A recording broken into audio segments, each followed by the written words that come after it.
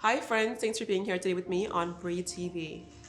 We'll be talking today about something that's really difficult, a hard topic to get through, which is death and dying and helping people who are patients and their loved ones navigate the death journey. Two of my good friends with me today, Dr. Dizon and Pam Jackson. Pam is a death doula, and Dr. Dizon is a medical oncologist and a good friend. We'll be talking about how to help patients and their families process and prepare for end of life, but diving deeper into how to normalize talking about death and dying.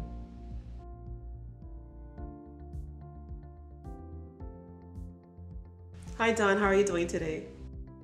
I'm doing really great. Thank you so much for having me, my friend. It's good to see your face and see you in person, not on TikTok. You do the most amazing social media with that. We'll share more about that later. I have to say that you are one of the most compassionate, authentic people that I've seen. The way you treat patients and how much you love and care for them and how much you show that. But I want you to talk about your background as a medical oncologist and how much it means to you, how you became so able to be vulnerable in this way on social media and other networks. Growing up in the South Pacific on the island of Guam, we didn't run away from death.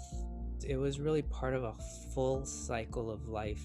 We celebrated at funerals. There were tears and there was incredible heartache, but there was also family members who would go up to caskets and take family pictures for the last time. So I think coming into training in oncology in the continental United States, I had that perspective that death was not something to run away from, and this whole notion of a quote, a good death. And I think, I would love to hear what Pamela says about that. It was something that could be strived for. Throughout my career, I've had these experiences of growth where people have challenged me. In the beginning of my career, it was taking care of 3 women under the age of 40 with horrible cancers, and then just seeing each of them die in rapid succession. It was life-changing for me. It taught me that I couldn't wear my emotions on my sleeve and survive in oncology. I learned how to protect myself, but I also learned that, divorcing my emotions from the practice of medicine was also not going to be sustainable. So I learned to write and I learned to express myself more creatively as a means of coping. And now on social media, I find it's a way for folks like me to connect with people like you, Maimah, who have something to teach us, to show that physicians are actually in its most basic form human like you.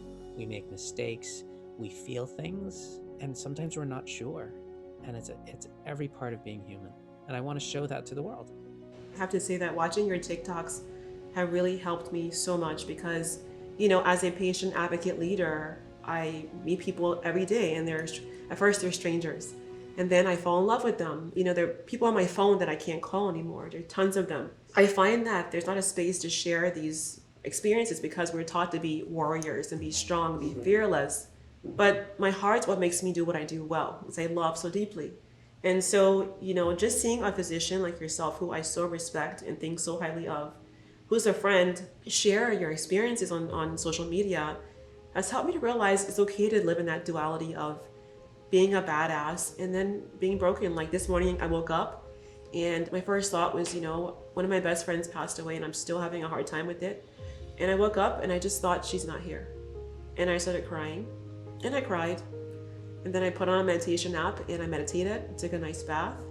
And I said, you're doing the best you can and you're going to get out of bed. You're going to be a badass today. And so I feel like that authenticity in this work is so needed, but also the compassion, because once you deal with death a lot like we do, it's always right here, top of mind, So I learned about the death doula piece of it, maybe I think late last fall.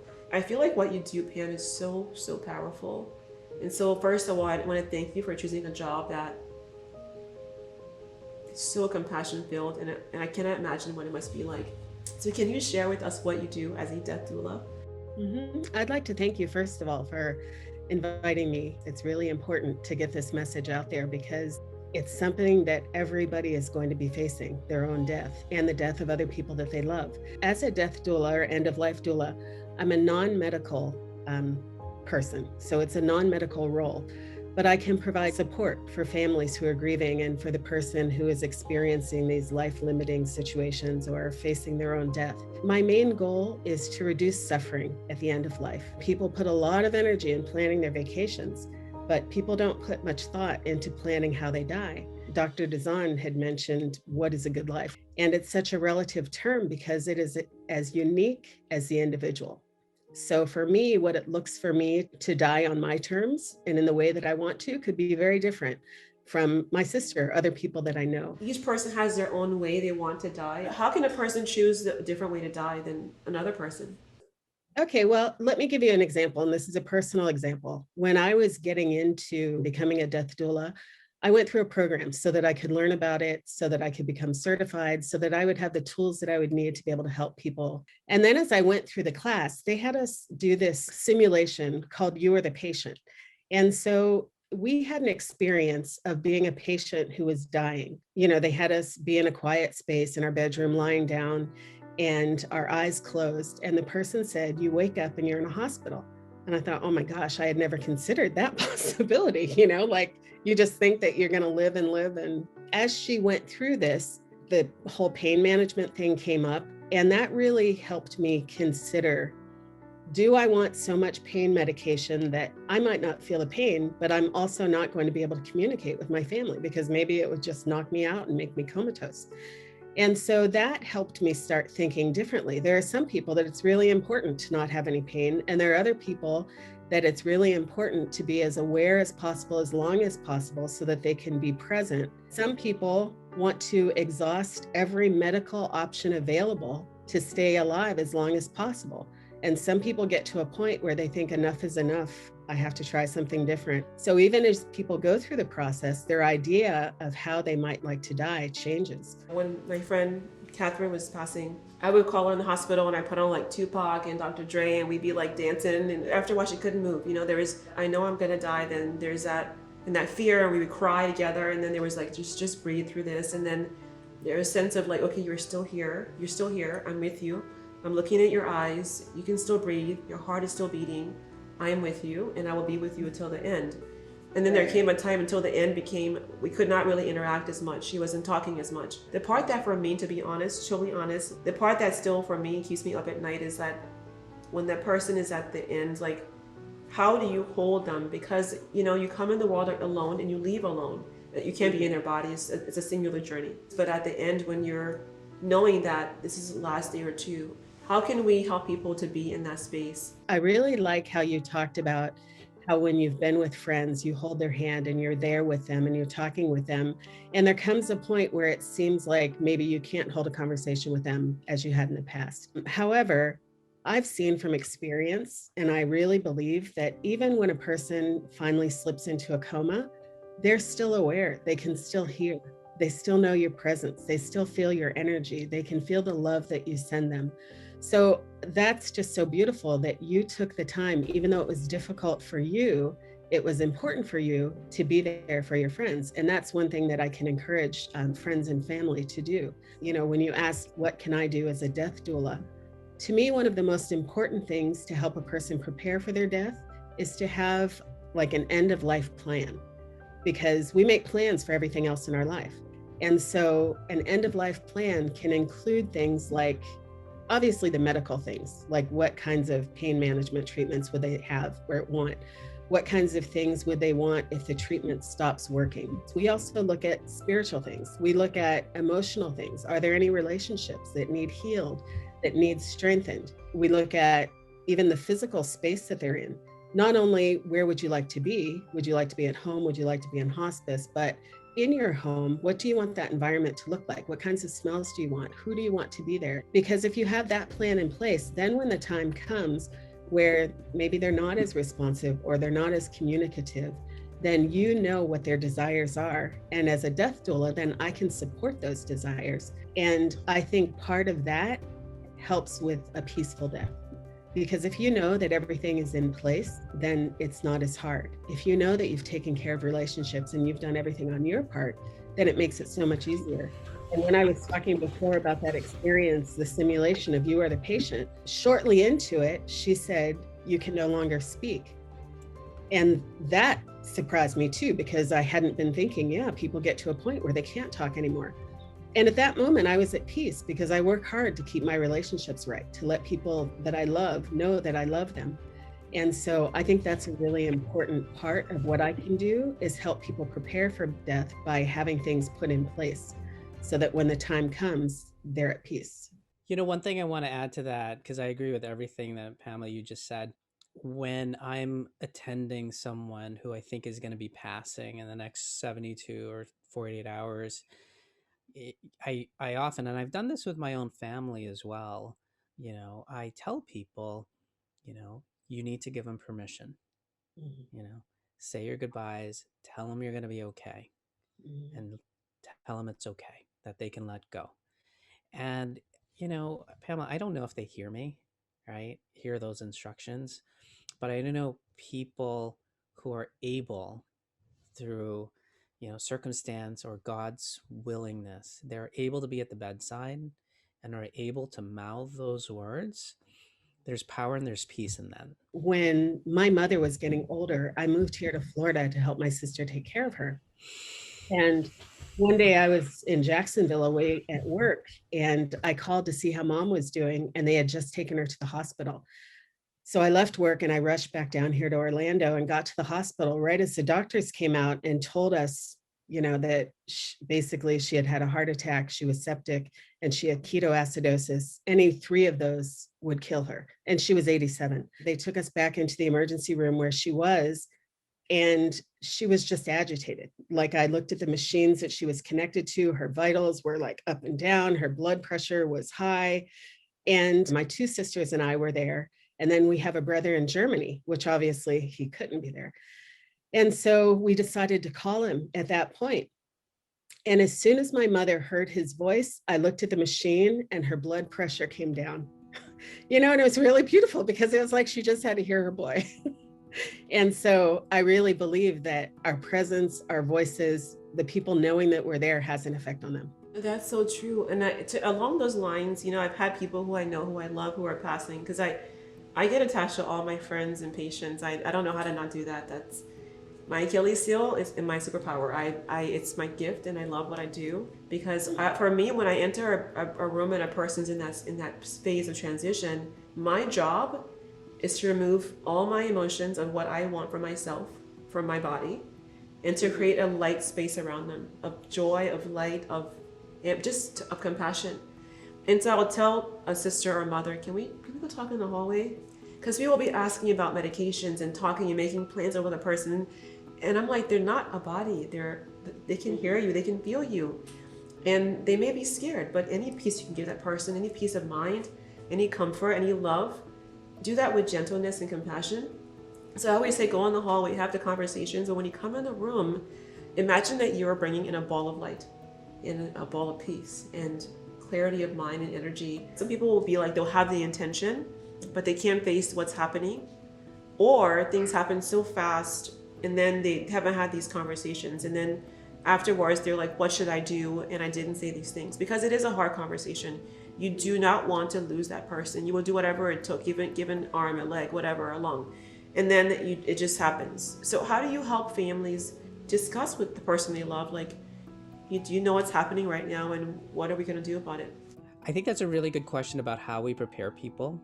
And I'll tell you my approach to that. It really begins when we first meet them.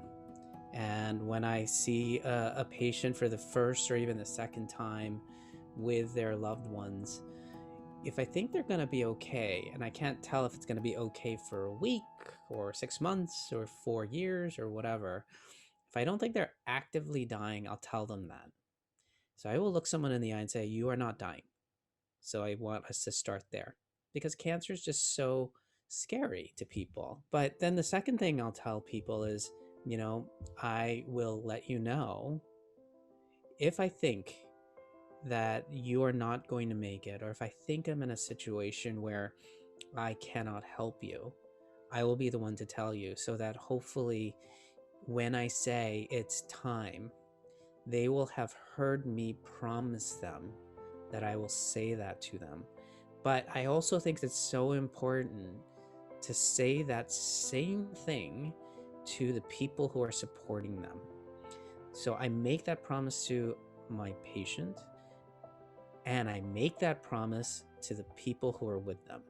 I think if I try to do that, when the time comes, when I'm sending people home to hospice, when they're in the hospital in their last days of life, people will have heard this not for the first time and will have thought about for themselves what they were most afraid of and what they can do.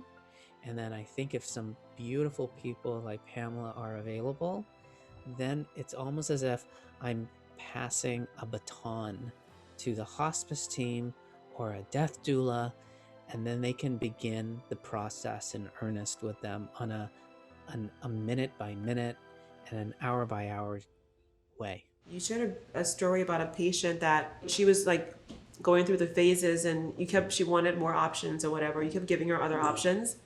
And then one day you explained to her that after all these options, that you were recommending this would be her last treatment, I believe. The way you explained to her, it was that she knew at the end that you had done all you could for her, that her body had withheld all it could withhold physically, but her soul was ready. Can you share a bit about that?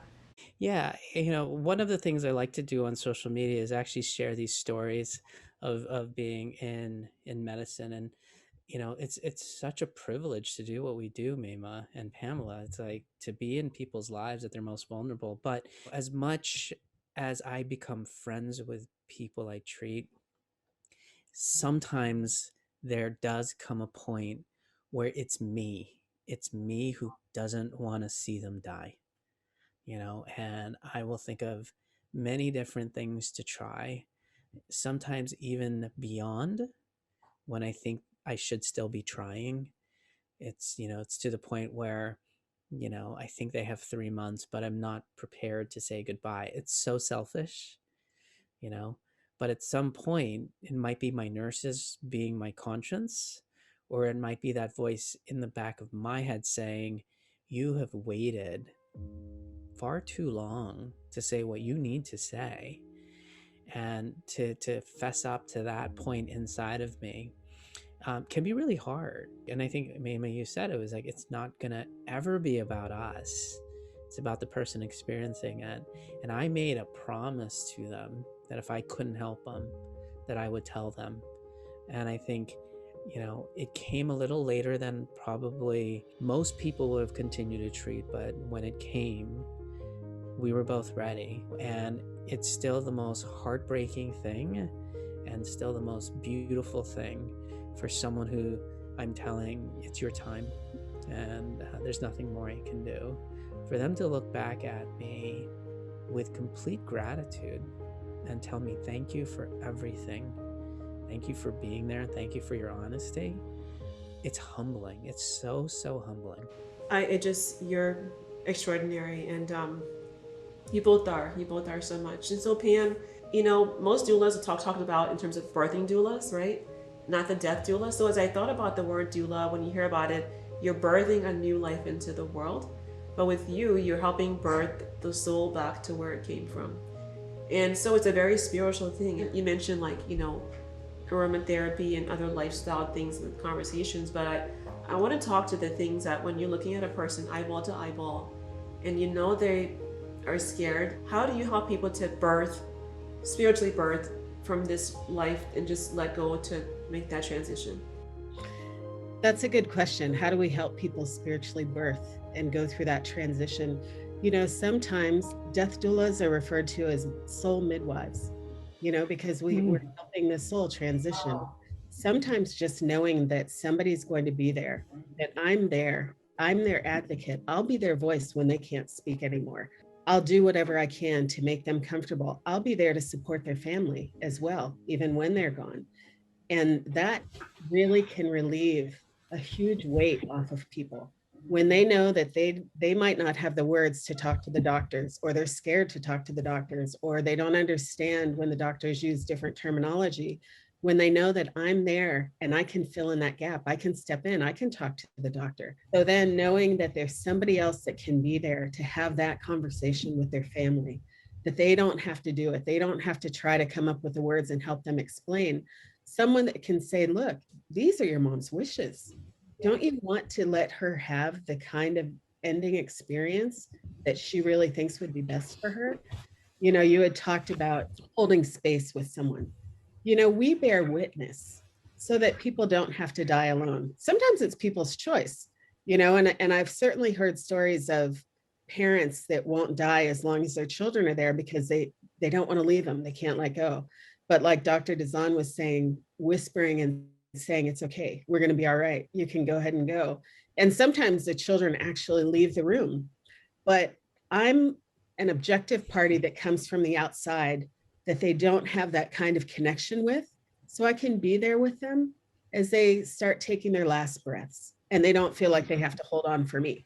And I can make sure that they know their family will be okay. I've met patients who are early stage breast cancer patients or metastatic patients who have done so much more in those last years than they've done their whole lives. So one of the things I find is really powerful is to remind people that this person lived an amazing life. A lot of my friends, they go skydiving, they travel, they're speaking on panels, they're doing research, they're so engaging. It's a beautiful thing to be able to live that full life. And the hardest part is when it has to end. I remember watching this movie, everybody thinks it's corny, but Meet Joe Black with Brad Pitt and Anthony Hopkins. And at the end, Anthony Hopkins is watching the fireworks and looking at his life and saying like, it's been beautiful. And he wasn't ready to go, but just knowing that he lived this magnificent life. And one thing I always tell people all the time is, it's really how you live your life. Nobody wants to die, and we want to all live till we're 10,000 years old, maybe or more. But when you live a full life every day, I always say like, you know, my life's like a cup, a beautiful like glass jar. And what do I fill it up with? Do I fill it up with joy and peace and laughter and change and badassedness? Or do I fill it up with things that I don't really ask for? So I always tell people, how do you measure how you live your life so that when you're dying, you are in a place of peace? It's the legacy work. What kind of legacy do you want to leave? If there are any words of wisdom or things that you really want to make sure that the people you are leaving behind know, then let's put that down. So whether we do, you know, a memoir or a video memoir or, you know, whatever it is, an audio recording where they can actually hear their parent's voice or the person's voice after they're dead, speaking their words of wisdom, telling them about their love, but that point of looking back at their life and all that they've accomplished, because everybody, by the time they get to the point where they're dying, everybody has accomplished so much and probably more than they ever thought that they could, and have had some really wonderful and amazing experiences and established really deep, loving relationships. So those things are very important to talk to people about. Yeah, I discuss a lot living legacy. Like I think that we should focus on living the legacy now versus giving flowers to people who are dead. So like, how do you live the legacy every single day? And I feel like, you know, one thing that cancer gave me, it gave me a sense of urgency in my life. At the time I was 31 years old and I had an aggressive breast cancer. I didn't know whether I'd have a year, 2 years, 4 years, 5 years. By the grace of God, I'm here 15 years later. I went to a conference before COVID happened where I read that many doctors have a high level of anxiety, depression, and or a heightened suicide rate because of what they deal with every day. And you mentioned that you can't separate yourself from your patients oftentimes. So how do you navigate, you know, your mental health, your spiritual health, your emotional health, your family? How do you make all that work and stay in a place where you love what you do every day? I learned by fire as a new attending when I found myself crying at the nurse's station 6 months into my attending life that I was in trouble, because again, I was just having all these young women dying of their cancer and having so many, you know, spouses crying on my shoulder. It was just rough. It was rough. And what happened was, you know, my mentor took me aside and said, you know, you can't go on like this. And he stopped me from seeing new patients for a while. And he gave me some time to process what I needed to do to remain stronger in this clinic. And I think what I learned was I need to say goodbye to people myself. For me as a treating physician to tell someone, you know, it was the greatest honor in my life to meet you, and I'm going to miss you, and you've taught me, and I need to say the words goodbye. That was one thing that helped.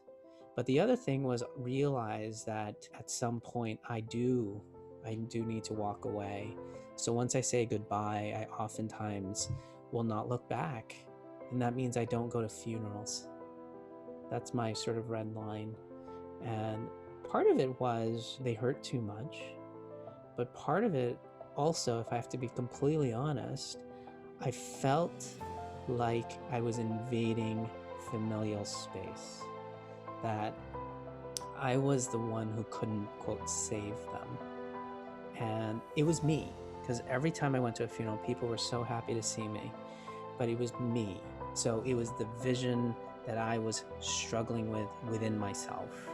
And so instead of, putting myself through that line I couldn't get through, I decided that I need to do, a wrap up. I need closure. I need closure before my patients die. But even today, I do get exceptionally connected with people, and it pains me when not only you lose a patient who dies, but you lose everyone that you met through that patient. The spouse and the kids who used to come and used to talk to.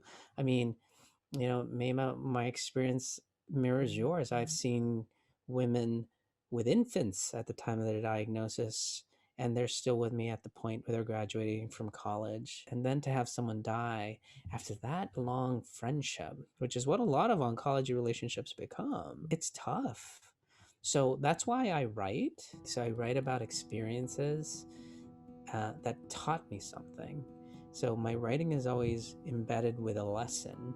But what I found was I'm actually giving voice to very common experiences. And I think it's helping colleagues sort of process things as well.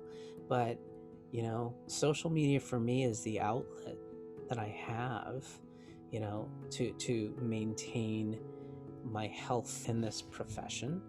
And the other thing is I devoted part of my career to the after effects of cancer and cancer therapy. I'm the person that's referred to in my system for people who have issues related to sex and intimacy. And I see people who are living with brain mets in that clinic, and I see people who just got finished with their cancer therapy with a hopeful cure in mind.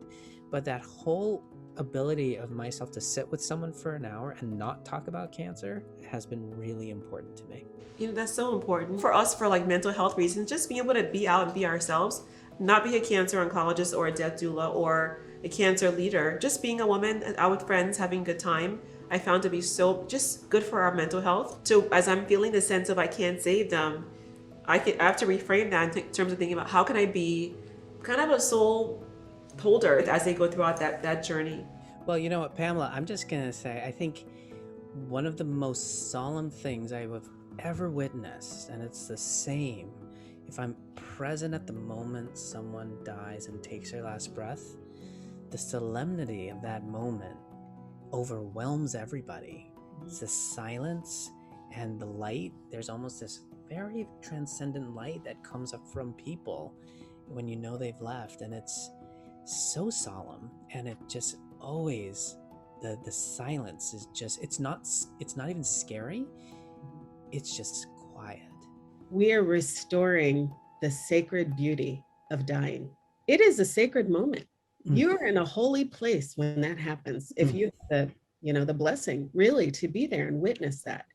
And so it is very solemn, it's sacred, and yeah, I agree with that.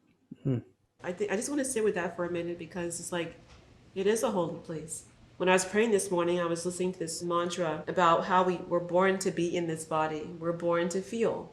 We were born to be this light. Because when a baby's born, it's not breathing, and it gets slapped, and it inhales, and it starts to learn its senses and awaken to life. And then you, over your lifespan, you learn about tactile things and smells and tastes and all that. It's just such a beautiful thing to be in this life. And then when that person takes that last breath, same like they were born, that breath leaves the body, and then it's quiet.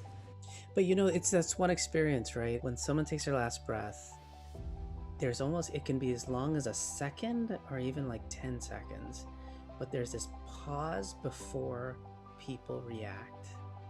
And that is the most beautiful pause that you'll ever see in life.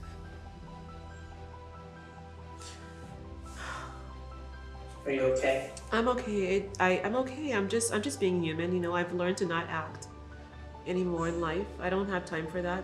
I feel such an honor to be with you two in this space because I've never in my entire 15-year journey of survivorship been able to discuss what we talked about here and be as heart open as we are being about it, because it is something that it's beautiful, it's sacred, it's an honor, it's magical, it's painful, it's all these things, and it lives in a space of duality because you don't feel like happy all the time about it and like, oh my god, I was with them and they're off to heaven, and nor do you feel depressed the entire time. You're in this space of like, you know, comings and goings, and I feel very full emotionally just being able to talk with you too about this. And I also feel very honored to know you both for what you do, because you bring magic and you bring soulfulness to a situation and time that is something that's hard for many people.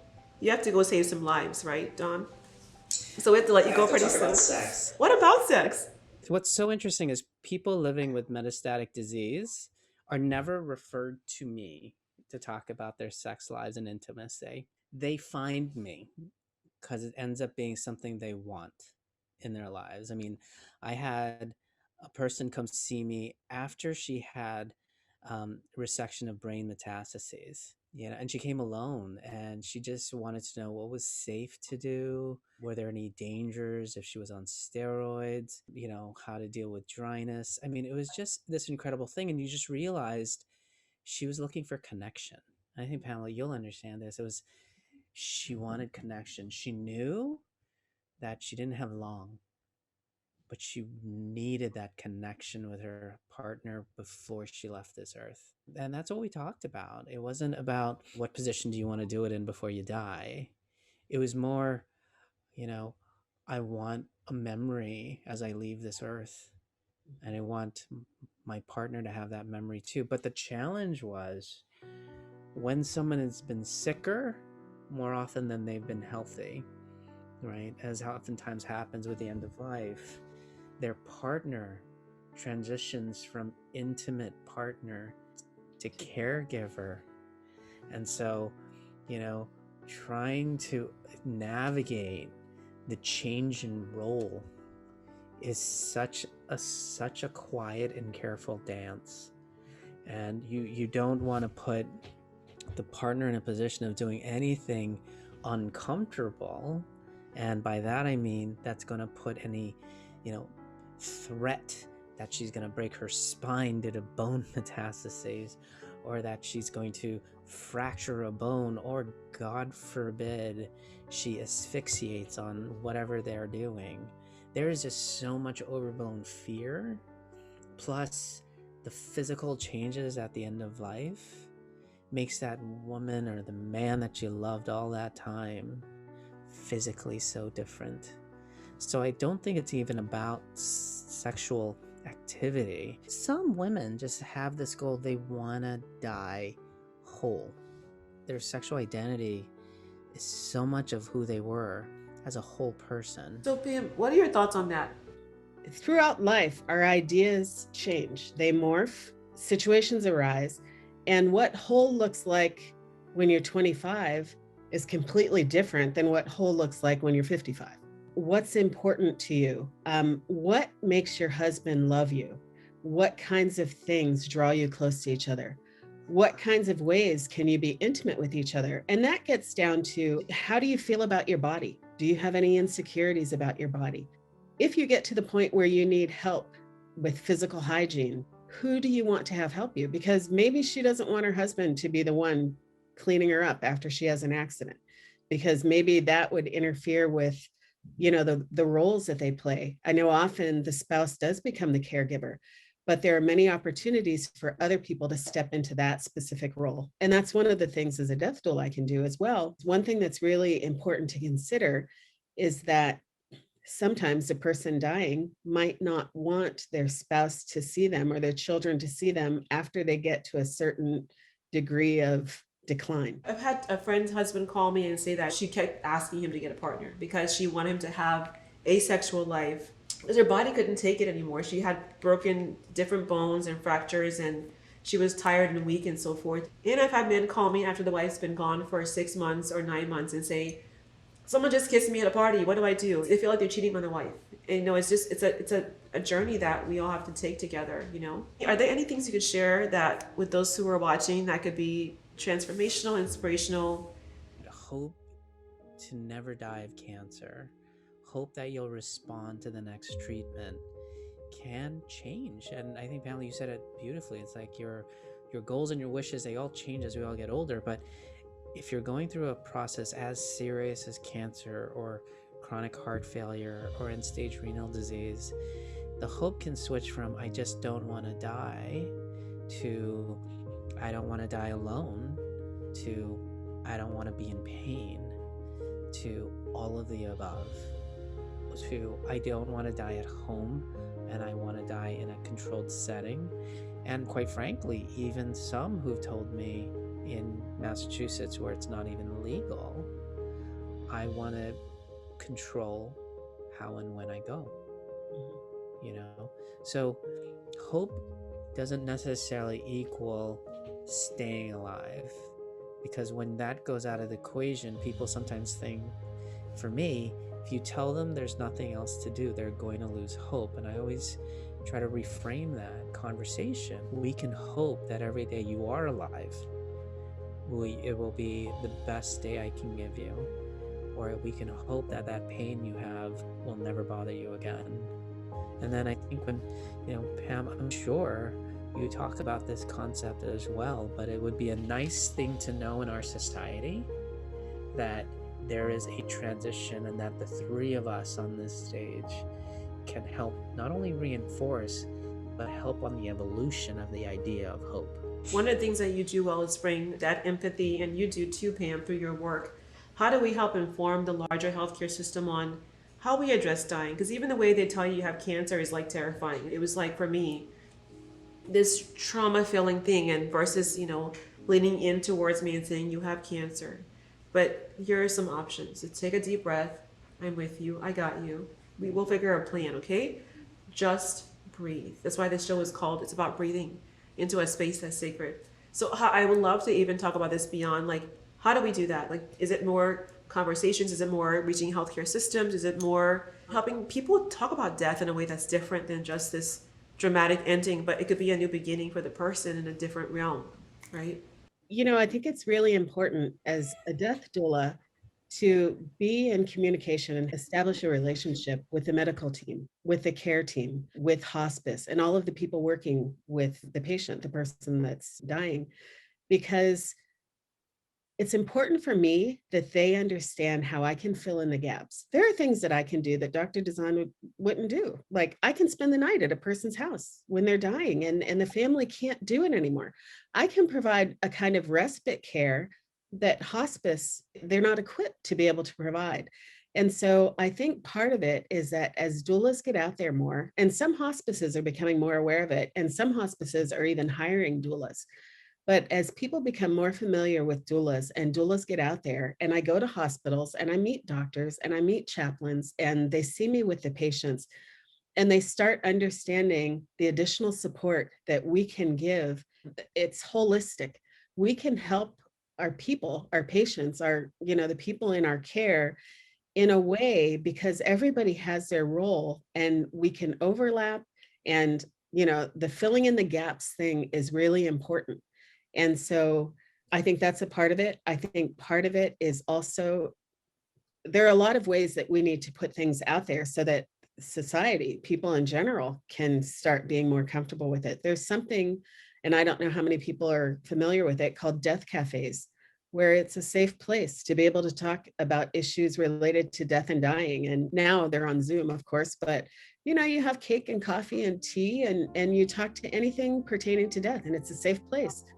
People can break down and cry and sob. People can talk about how they've lost hope, and somebody else can talk about how they've found hope in this situation. I've seen things changing in society. There are more things on, PBS, Netflix, on TV, and TED Talks about the whole death experience. It's important for us to be able to establish relationships and not have the feeling of the doctors are over there, Yeah. hospice over here, I'm back here, and everybody's going to stay in their box.